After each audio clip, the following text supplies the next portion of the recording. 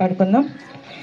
ఈ లోకం మాయరా గతించే ఛాయరా, ఈ లోకం మాయరా గతించే ఛాయరా, పరలోకమే శాశ్వతమురా ప్రభునామమే శరణమురా, పరలోకమే శాశ్వతమురా ప్రభునామమే శరణమురా.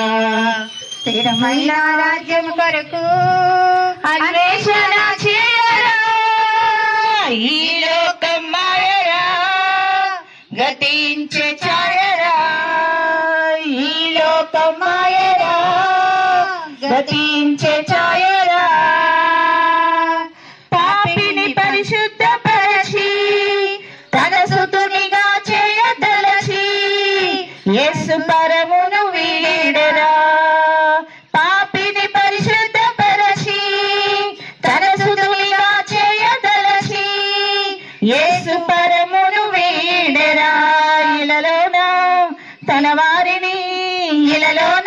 వారిని పరలోకం చేర్చాలని భూమి ఆకాశములను నిలిచెరా, భూమి ఆకాశములను నిలిచెరా, ఈ లోకం మాయరా గతించే ఛాయరా, ఈ లోకం మాయరా గతించే ఛాయరా, పరలోకమే శాశ్వతమురా ప్రభునామమే శరణమురా, పరలోకమే శాశ్వతమురా ప్రభునామమే శరణమురా.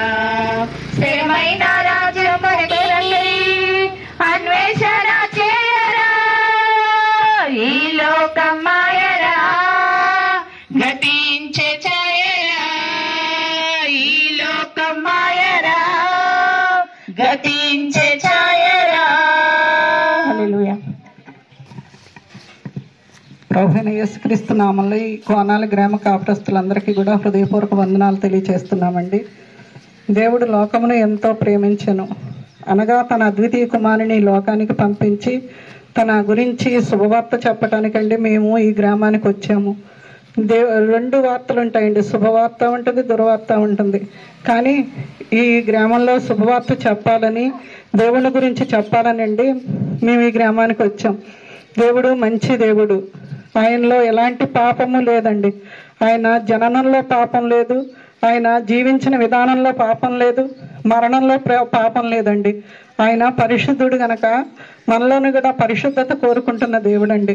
ఎందుకంటే ఈ లోకాన్ని దేవుడు ఎంతగానో ప్రేమించి తన అద్వితీయ కుమారుణ్ణి ఈ లోకానికి పంపించాడండి.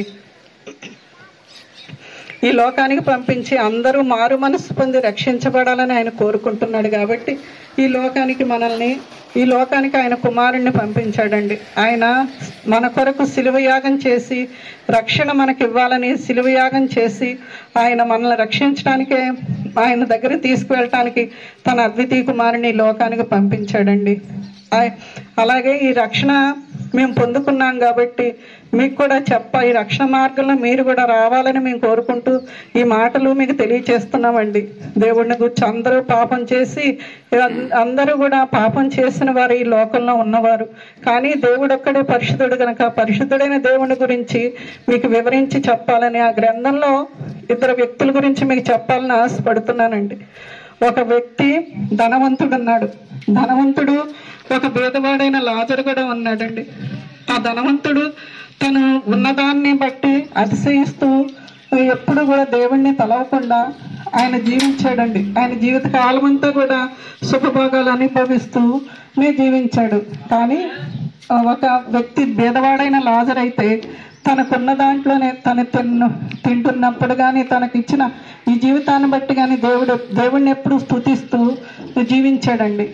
కానీ ఇద్దరికి సమయం అయిపోయింది, ఇద్దరికి మరణం వచ్చిందండి. ఆ మరణం వచ్చినప్పుడు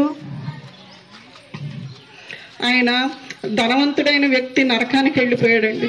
నా పేద లాజరు అయితే తన దేవుని సన్నిధికి వెళ్ళి అబ్రహాము రొమ్మును ఆనుకుని ఉన్నాడు. ఆనుకుని ఉంటూ దేవుని స్తుతిస్తూ ఉన్నాడండి.